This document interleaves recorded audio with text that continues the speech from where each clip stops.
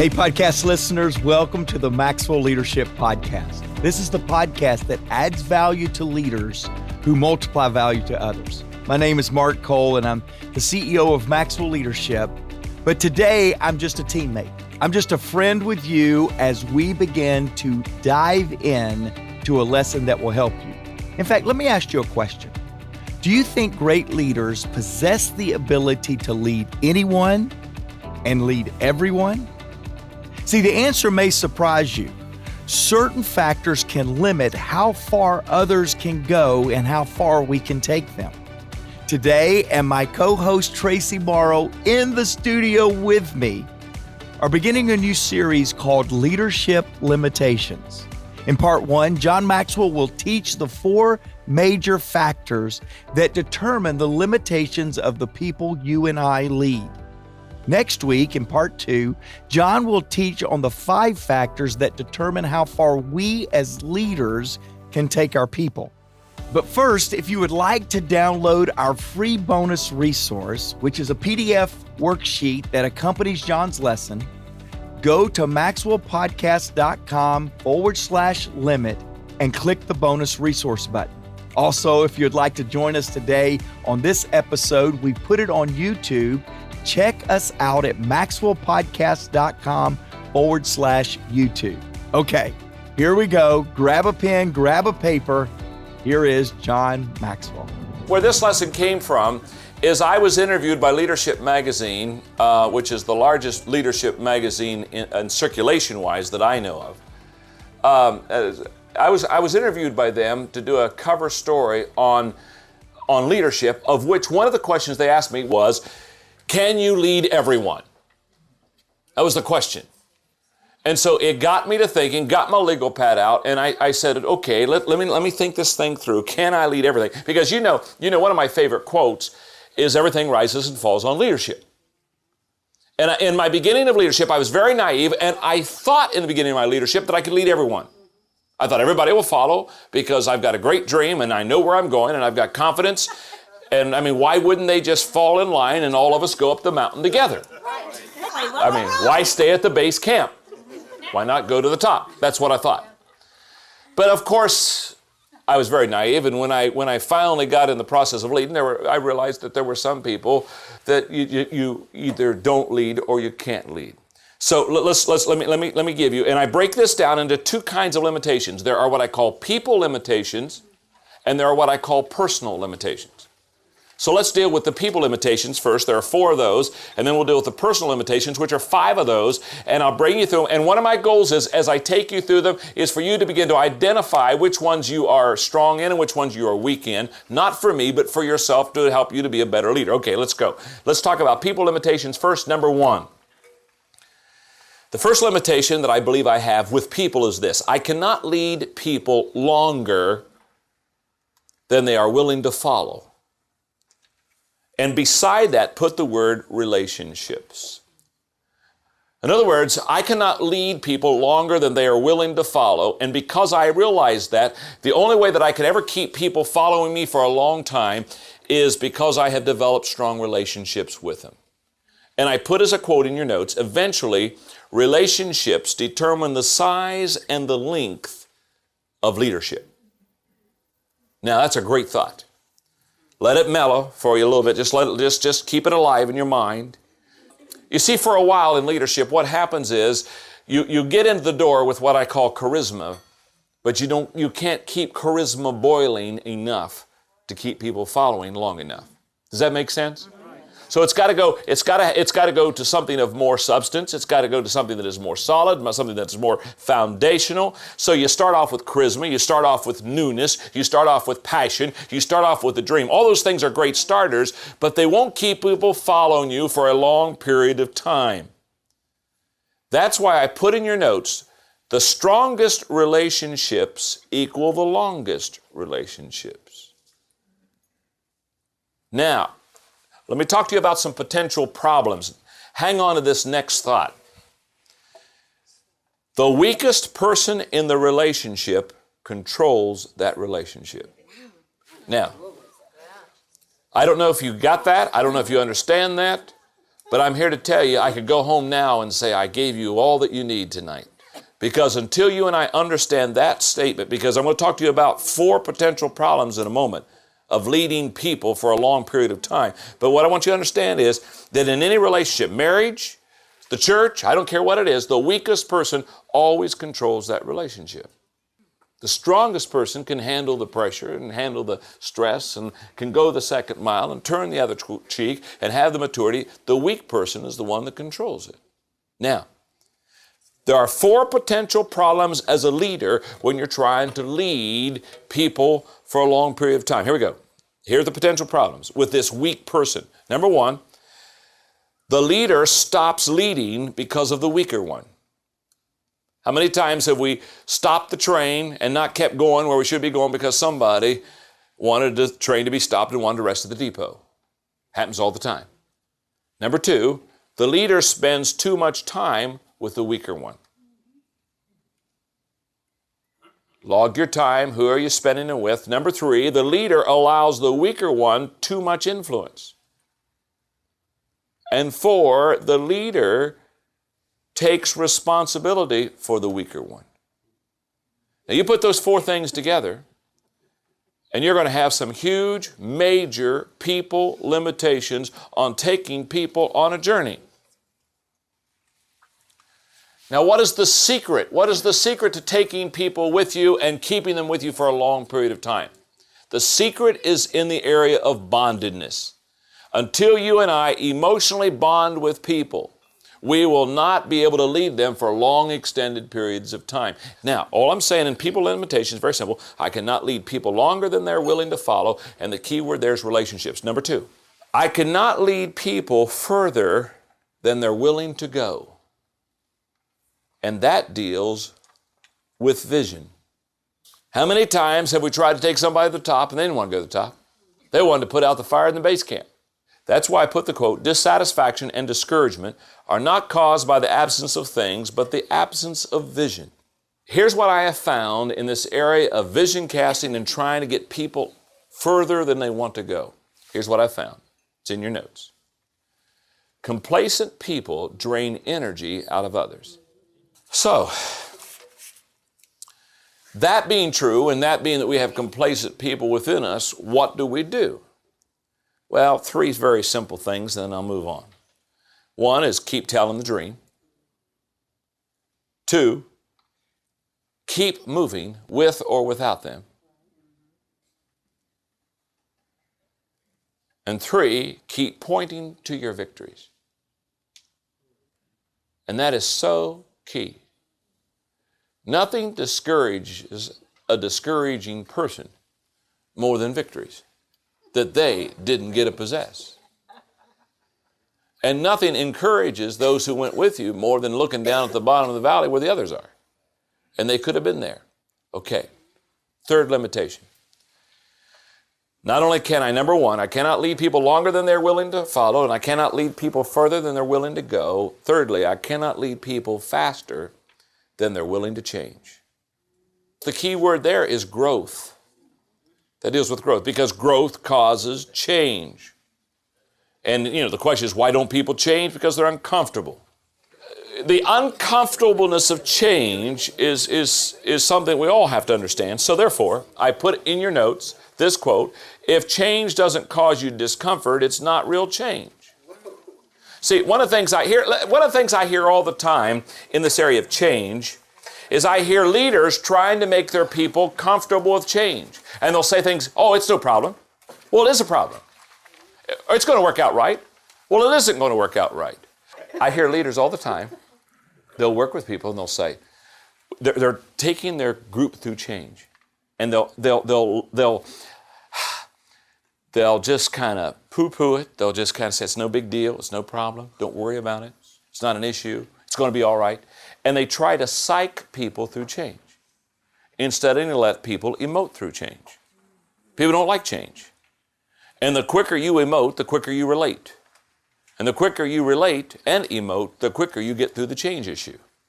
And so therefore, in leading people, when you say, well, it's causing us discomfort, that's the whole point. It's supposed to cause discomfort. If you're not having discomfort in change, you're not having real change.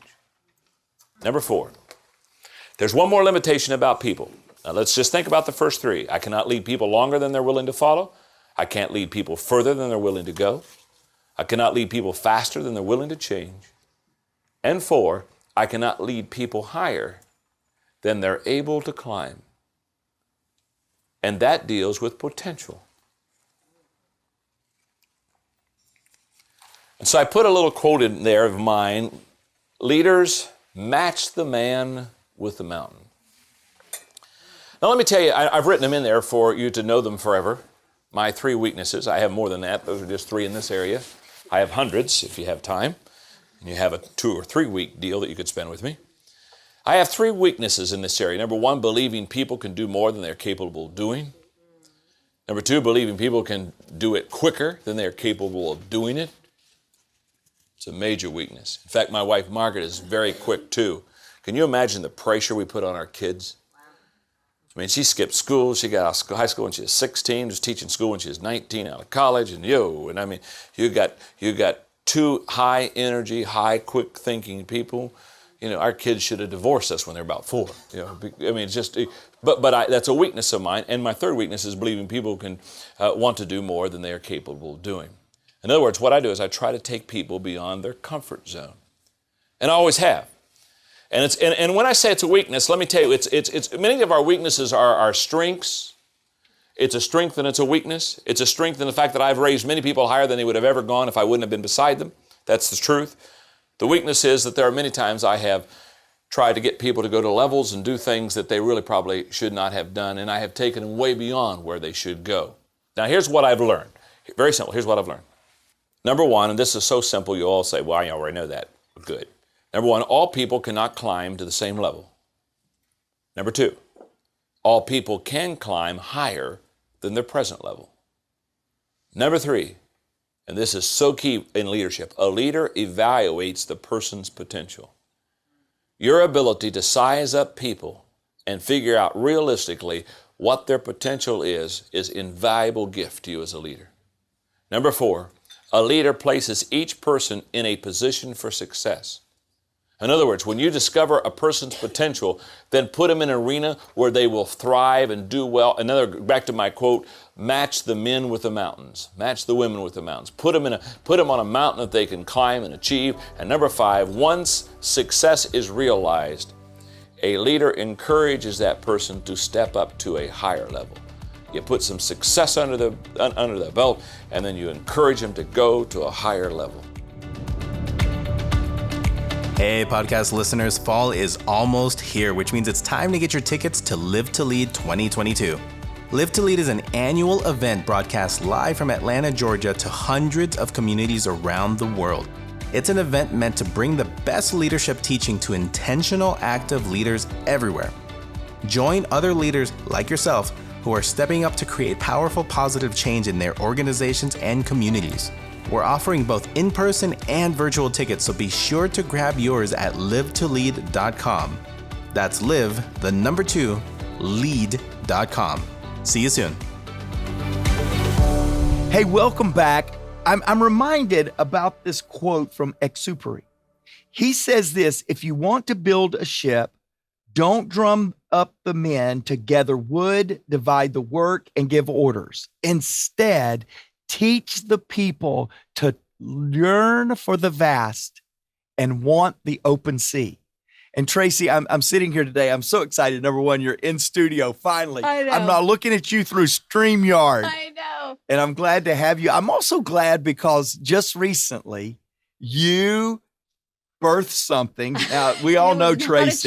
Yes, we know Traci has 6 children, but she birthed something you've never birthed before. Your new book. Yeah, a new book. And we're going to get into it today because I'm very excited about this, and we're going to talk a lot more about the book next week because I want to hear you pull some things out of John's lesson next week. I'm super excited about it.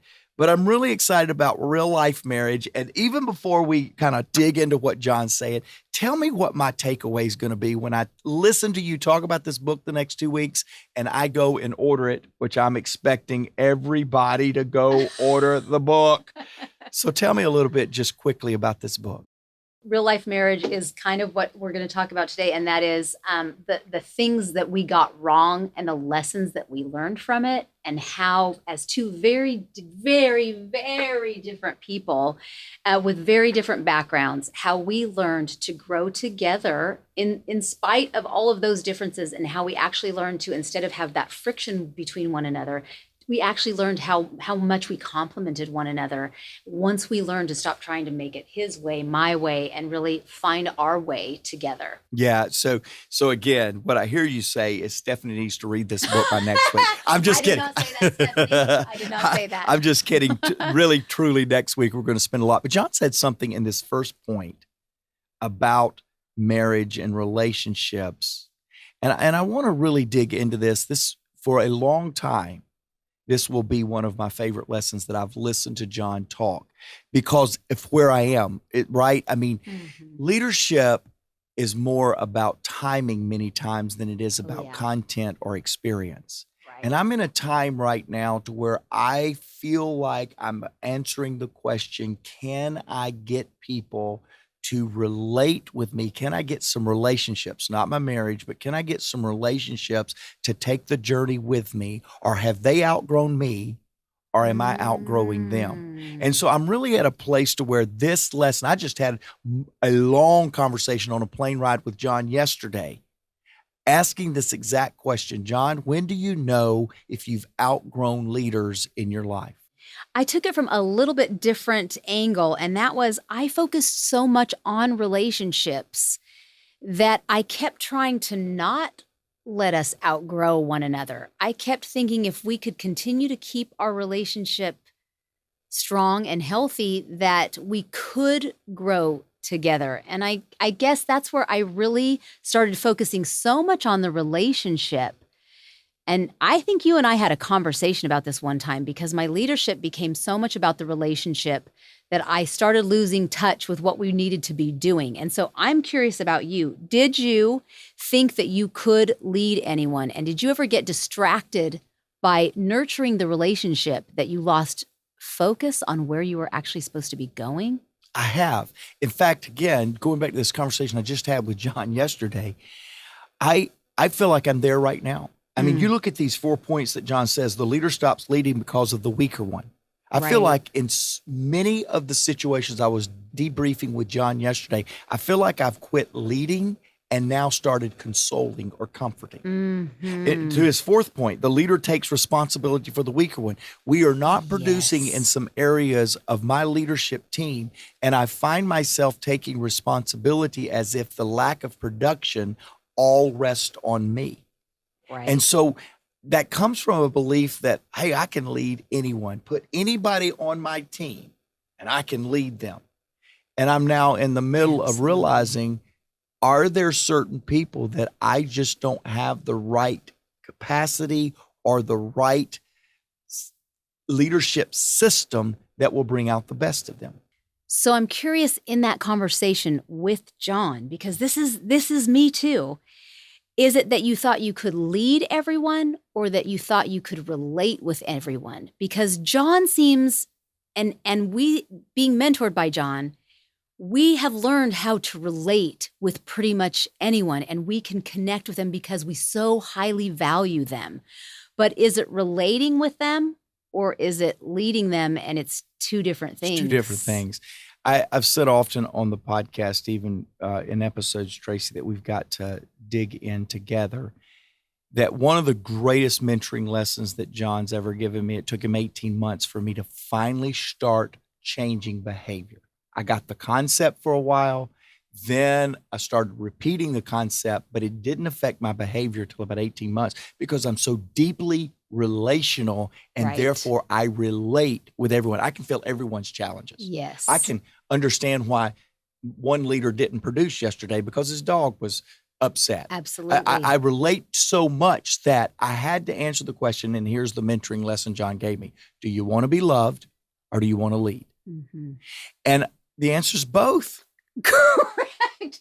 What do you mean? Do I want to love, or do I want to be led? And I knew that That's you would right. appreciate that because that's Yes, it. But there are times when a person needs to be led and not related to where they are, but related to the potential of where they can be. And some people, going to the next thing, some people don't want to get to their potential. They have elected that a life easily lived is a life best lived. And that's not true. Everything worthwhile is uphill. That's right. And some people have looked at the raw potential within them and said, no, thank you. I kind of like where I am. As a leader, I want to keep relating with them and say, that's okay. I get it. I'd want to sit back and not do nothing with my life either. No leader would ever say that. No. So you've got to understand there are some people that won't go where you want to go. I just did the Maxwell Leadership Podcast Espanol with Juan Varican and John Maxwell. And we were talking about empowerment in this lesson. And Traci, in that lesson, the three of us were talking with our MC, or our host rather, and we started talking about when a leader empowers someone that does not produce, they have empowered the wrong person. And as a leader, we've got to understand there are some times that our relatability is stopping us from leading people to their potential. Yeah. And, as you were saying that, not to just harp on this one because he has so many great points, but I want to say for me, as a woman who is a mom of many kids, I have a mother's heart. Right. And so what I found is I do tend to have I have that empathetic mothering nature. But the truth is, if I'm honest with myself, I do have that tension with my own children who are adults. I do go into that mentoring where I'm really raw and honest with them in a way that I don't necessarily go to with people who are not my children. I give them the mother's heart, but I don't give them the hard words that I do give to my kids with love.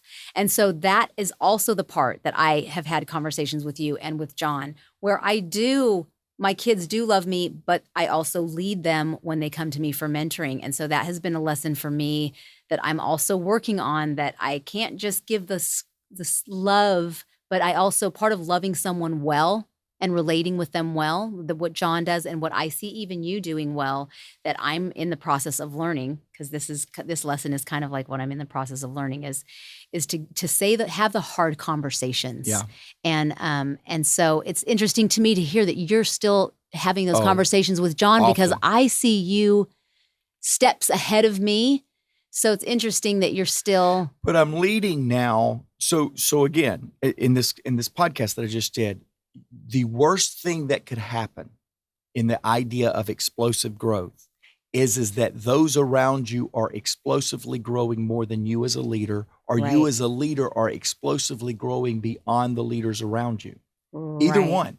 Because if explosive growth is only happening in one dimensional in a leadership team, you're going to get out of balance. So what happens?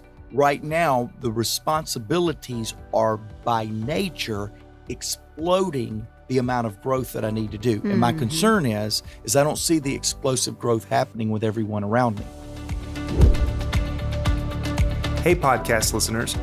Do you have a clear plan for growth? Achieving big results most often does not require big life changes. Small improvements over time compound into big results.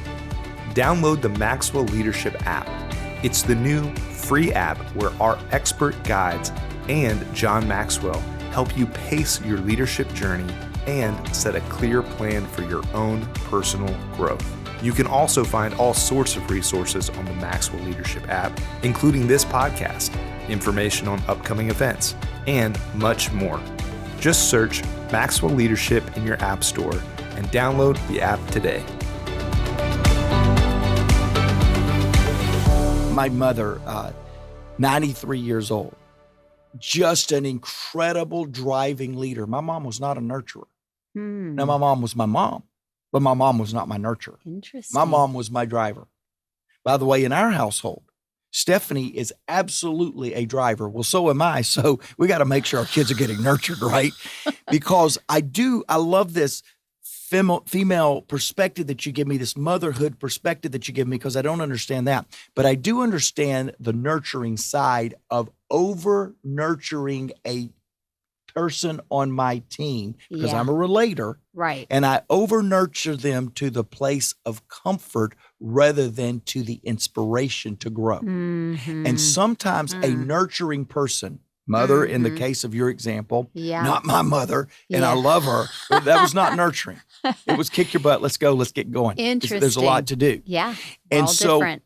we're all different, but there is in a relator Mm-hmm. an overcompensation of nurturing to the point of making people comfortable rather than uncomfortable in what they need to be doing with their life. Mm-hmm. And I think that's what John's dealing with right here. Yeah. And I know John can relate, and I know somebody on the podcast is listening and can totally relate to that. And probably on the flip side, someone is listening and is a driver and has maybe missed the connection. Right. What I love is that flip side is there's always the flip side of man, maybe I'm missing a little bit of that empathy. Okay, so let's jump to number 2, where John said, I cannot lead people farther than they are willing to go, which is vision. He said a whole bunch of great things in there, suggestions for leading complacent people, which is very difficult to do. I can relate to so many things that he said there, but how, when he talked about his suggestions for leading complacent people, like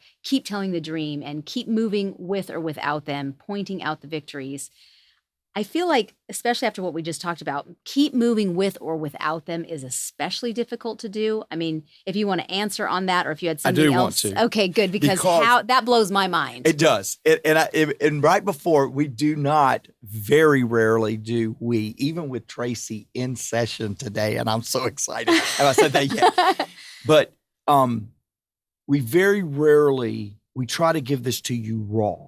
Mm-hmm. And so I knew before we cut on, after we finished listening to John together, I knew that a couple of these points were going to be very hard for you and I because of our relator tendencies. Mm-hmm. But one of the things that I was realizing, we recently had our first ever IMC in Cancun for Espanol, for Spanish-speaking people. It was brilliant. 1,300 people there. It was brilliant. The amount of energy and excitement in that room, Traci, was staggering. And I was asking John, how do I know if the leaders in the team that are not directly connected with the momentum in the Spanish community are catching the momentum? And without knowing that I was going to be in studio working on this content, here's what he said. He said, when you're telling them the dream and you're saying, hey, this is what the dream looks like. All of you, all of my leaders, this is what it looks like. Are they leaning in and saying, help me get it? Are they defending their lack of foot chasing the dream? He said, number 2, when you repeat the victory, are they moving with you? Are they hesitating on you? And he said, when that's the case, Mark, are you going to stop moving? Are you going to slow down? Are you going to keep moving and see what happens? And Traci, the relator in me went, what did you just say? And the leader in him said, that's exactly what I just said. Sometimes if people are dragging on the vision, when you begin to, because I'm not telling the vision anymore, I'm showing the vision. Cancun is showing the vision I've been chasing for 2 years. And John said, now they're not resistant because they can't see it. They just saw it. Now they'll be resistant because they don't want to go. It's a vision problem. It's an action problem. And you got to make sure the team's moving with you. That is the brilliance of John. And I have just so much hope for us because he is such a relator and we're such relators. And to see that he can do that and that he's mentoring us, he's mentoring all of us on the podcast to do that. You can be a relator and connect in that way and still continue to move on. It's like permission for us. Okay, there's 2 more points. And one of them was about change and one of them was about potential. And so we can land on either one of those. Which one would you like? Okay, let's do that. Let's do potential because we talk a lot about on here about growth, but let's talk about potential. Okay, that's great. So he talks about his weaknesses in the 3 things that he did about, and man, can I relate to those weaknesses in believing more, that people are capable of doing more than they actually are doing, that he believes they can do it quicker, and that they will do, more than they're actually capable of. And so then he talked about the things that he learned of from those things and how he turned that into his behaviors. So I'm just curious about you. You have to have related to those same three things and have those same three weaknesses about believing in people because you are such a believer of people. And so what point in your career, maybe are you still in that place right now? Or how can you unpack that for people who are believing and hanging on to team leaders that maybe they either need to release, not because they choose to release it, but because their behaviors, you need to keep moving forward with the vision and they're still hanging back and defending why they don't want to move forward. Yeah, I love this. And again, if time permitted, and we are about out of time, but if I looked at John's statement that managers see all people the same and leaders see people and lead people differently. And I think what we're talking about right here is John says, not all people can climb to the same level. Well, my heart wants to see everybody as a 10, which means everybody should achieve the same wonderful things in life. If this person has these privileges, if this person has this accomplishment, then everybody should have it. Right. And if they don't, we need to try to figure out how to help them. And a leader never thought like that, because a leader knows it's the leader's responsibility to know the potential inside of a teammate and to lead them to that potential, not to the leader's expectation. And I'm learning right now, Traci, that I am leading often. I'm leading people according to my expectation, not according to their potential. And the day that I realized that, because I want all of our team to get to the same peak at the same time, doing the same things. So let me pause you for really quick. What you're saying is what you're talking about is the 10 on their forehead is their value, not necessarily their potential. That's exactly and right. And that's what we get confused. And we need to detangle that. Absolutely, they, no matter whether they have a potential of a 2 in their life, based on everything that's happened in their life and what's happened to them and their experiences so far. And let them be the best at achieving their 2 and still feel the value of being a 10 with a 2 potential. Someone needs to hear that. See, that's today. why John says. Me. Yeah, that's why John says, you do not have to earn my love. I see your value, but you have to earn my time. That's right. Because he's going to put time as a leader into the potential of the individual, not into the worth of the individual. The worth is there. You're there. You don't have to qualify for your worth. You've got your worth. Yeah. But you do have to qualify and work toward and for potential. John made a quote right here, and I'm going to close with this right here.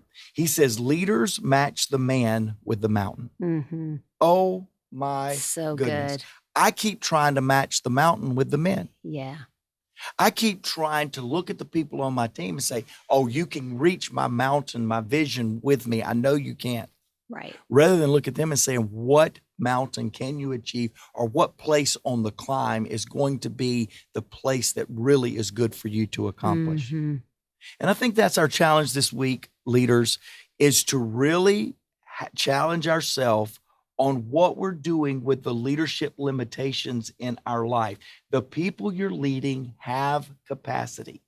They also have limitations. And that scares us because we want to see everybody with the same amount of potential. It's just not true. For those of you that are faith, it's not biblical.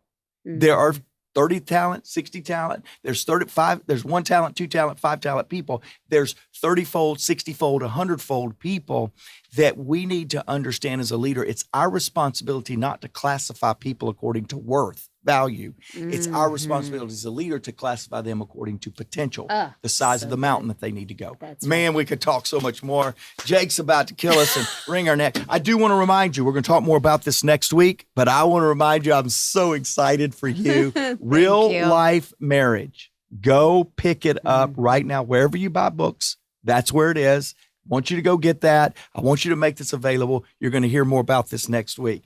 I want to have a conversation with my friend Janine. She listened to the podcast, The 3 E's of Developing Leaders. Now, by the way, a link to order this book will be in our show notes today. A link to the 3 E's of Developing Leaders will be in our show notes. But this is what Janine said. She said, I love this concept of exposing yourself to hard things. It's a natural tendency to want to provide a protected environment of growth. That's what we've been talking about today, Janine. But too much protection doesn't allow the individual or the student or the child to grow exponentially from the experience of hard things. mic drop. Janine, if I would have read your comment before Traci and I would have started, this would have been a much shorter podcast. Hey, for all of you, thank you so much for being a part of our podcast community. Thanks for providing comments like Janine. Thanks for getting somebody else signed up to listen to this podcast with you next week. Here's why. I want you to help me increase our podcast community, because everyone deserves to be led well.